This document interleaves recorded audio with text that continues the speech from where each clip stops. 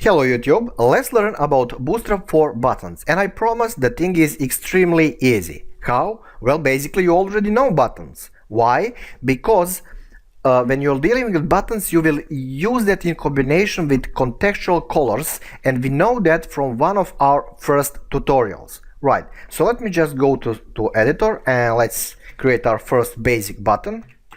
We need to open it and then we need to close it. And let's give it some kind of name, basic, something like that. Basic, what? Basic. And here's the thing, you need to declare here the type, and type is button. It's kind of obvious. It's a Bootstrap way of doing things. Don't ask me why, it's just how Bootstrap does it. Right, now let's see what will happen into our editor right now. So it's a kind of neutral, you can do this relatively easily into CSS, but let me just apply primary class here. And primary class is btn. btn, so let's see now what will happen. Wow, so I mean that's like even more basic than one before. So what happened here is that you need to use it in combination with contextual classes, or what's the term here, subclasses or contextual colors. Look, whatever, just type btn and let's say primary. Okay, and let's change the name to primary. Well, let's save and refresh our page. See, so that's it, that's full normal Bootstrap 4 button, and it works nice. So you probably have that idea about lines of buttons here, like navigation thing, and that's cool. I mean, but they, of course, they don't need to be basic like this. So you have many other colors. So if you're creating some kind of I don't know, educational website for kids, you can use the different colors here. And that can be interactive, that can be awesome for kids, you know, to mess around with your website and to learn things. But, you know, over time you will run into Bootstrap 4, there are other things related to navigation. Look, let's just stick with the buttons here. So, let me just use this line as a base for all others combinations. Okay, so let's say that we are creating secondary one, and let me see results. Okay, so let's do this for all other, I mean most of them. For example, info, and let's change this to info, and then what else we have? Warning,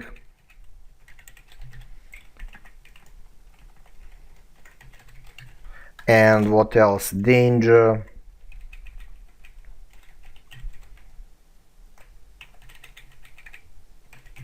and what else?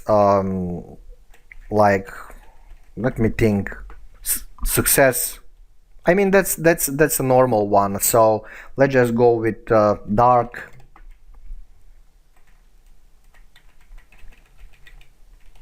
I mean, you get the principle here. It's really easy. You're just using button type, button class, btn, and that's common. And this end here is also common. You need the close button, and then you just interchange subclasses. I call them classes, but whatever. What I said? I call them subclasses. Anyway, I'm losing my mind. It's heat outside. Okay, so let's just refresh our page and see. That's it. Okay, where is green one? I want to have green one. It's a kind of nice. Success.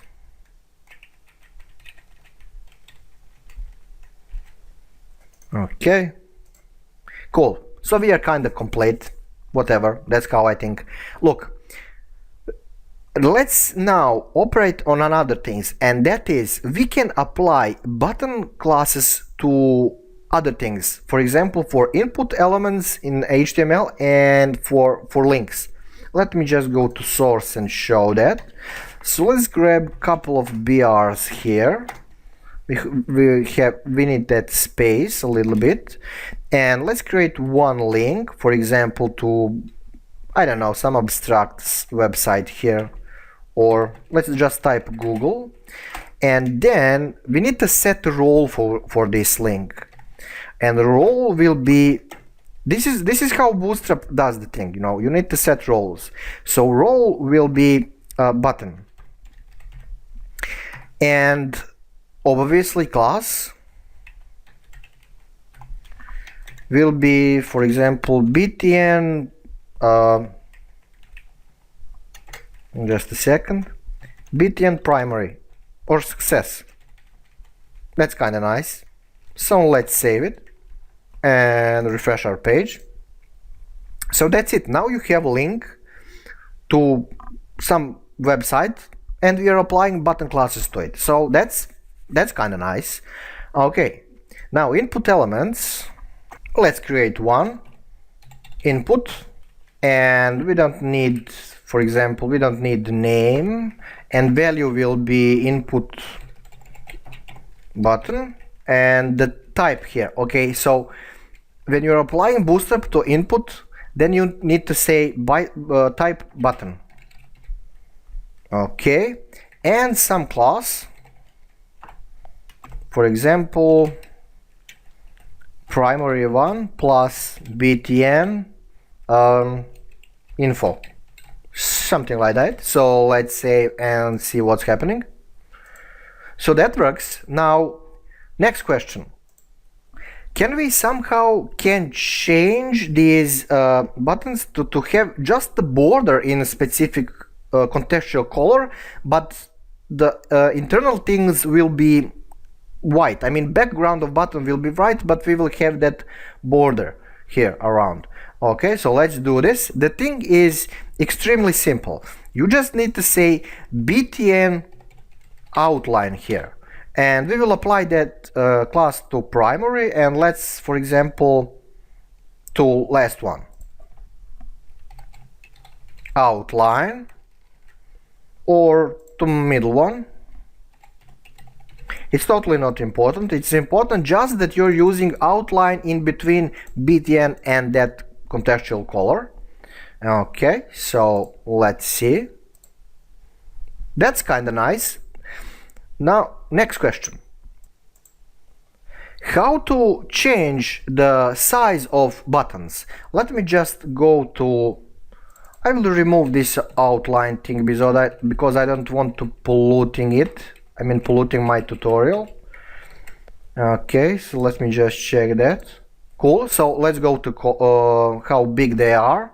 For example, for primary one, you just need to put at the end btn, again, lg. So for large, or for success, you can type btn sm for small. And let's check our results. Okay, refresh, see, big, small. So it depends what kind of things you want to do on your website, how much content you have, what's your target audience, the kids, the grown-ups, what you're trying to do basically. So now let's learn how to set our button. For example, okay, let's create here break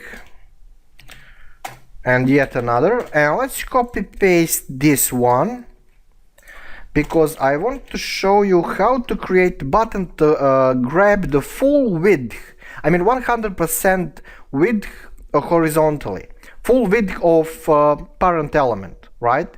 So you just need to, for example, type here btn block, and now let's see what's happening. See, so it's a full width. Okay, next question. How to turn this button into in such a way that it will look like it's pressed, it's like active. Okay, let's go to our source. The thing is really simple. In a part dedicated for class, so in double quotes, you need to state just active. Active, and let's refresh our page. Pay attention to color. See now, when I'm hovering, it gets that color. And now when I refresh, now it gets all the time that color. Okay, so that's the difference. Now if for some reason you wanna your button to look disabled, like it's there, but you cannot click on it because something need to be done before that, like some entries in fields of form must be fulfilled. Well, how to solve that thing? Okay, let's go to editor, and outside of class you need to say disabled. Okay, save and refresh, and now when I'm trying to click, nothing will happen. Now this is for button, but what if you are using it as a link? Okay, let me just explain what you need to do. I will just copy paste this down there. So you have a normal button functioning as, well, button, and you have link that will look as a button. So btn block, but the thing is that you need to type disabled into class. So here's the difference, and maybe that will confuse you, but that's not important because you have examples all over the place, this tutorial and official documentation. So in a case of button, the thing is outside this part here, and when you have a link, pure href, then you will put disabled into double quotes, right? So yeah, I think that I did that correctly. Refresh, and that works. Okay, the next question, and this is end of this tutorial, but it will be really interesting, how to have buttons that will spin. So here you will have that spinning thing, or the dot that will grow. So we have that like interactivity, you know. Let me just go to source code, and let's create here, for example, that spinner. So button, oops, I need to open it and to close it. Button, okay. Now class, obviously a btn, for example, btn primary, and the btn size will be large, and in button we need to use span. So span class equals, and this is important, spe spinner border. You must type that always in combination with relatively same thing again. This is how Bootstrap works basically. Spinner border sm, and then we need to close it, span, and let's see what we have. Okay, what we got. Nice. Let me just remove this because I want to see that difference. Maybe something is not working. Oh yeah, it's working, but the thing is small, so you know, I'm just dripping. What I was talking about. Yeah.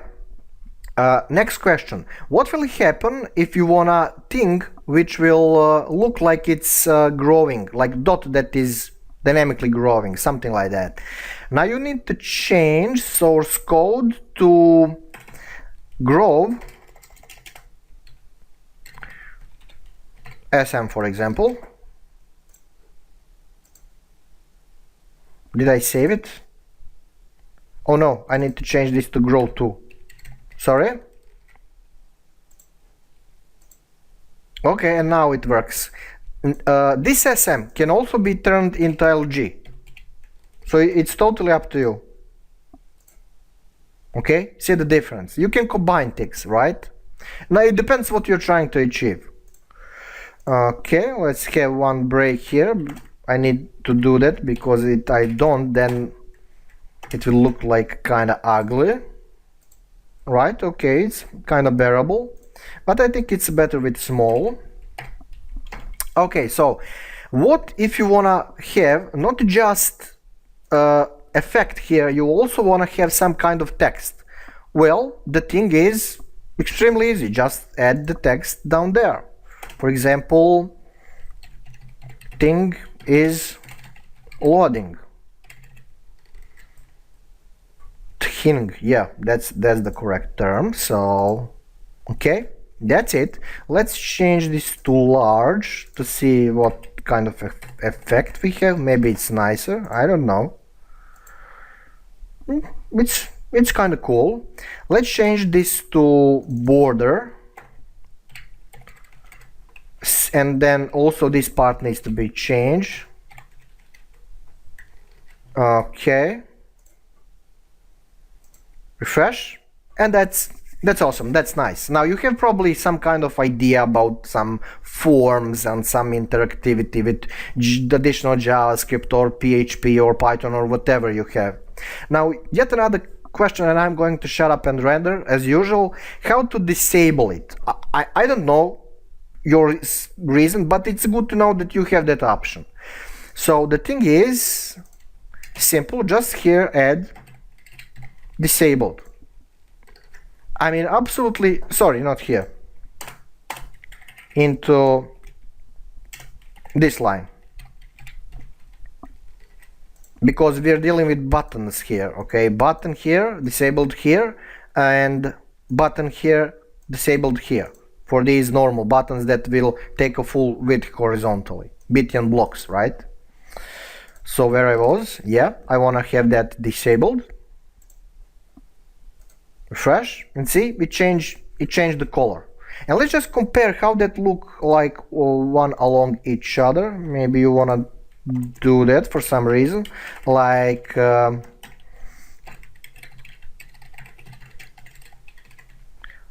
will be back, I'll be back, something like that. Let's have it activated and grow and grow. Save, refresh. So that's cool. Yeah, I think that this tutorial is pretty much long enough and I got you bored, I don't know, but you know a couple of things here. You definitely know how to work with buttons, and even better, you know what kind of questions you will ask on internet. So yeah, that's about it. Let's render and see you next tutorial.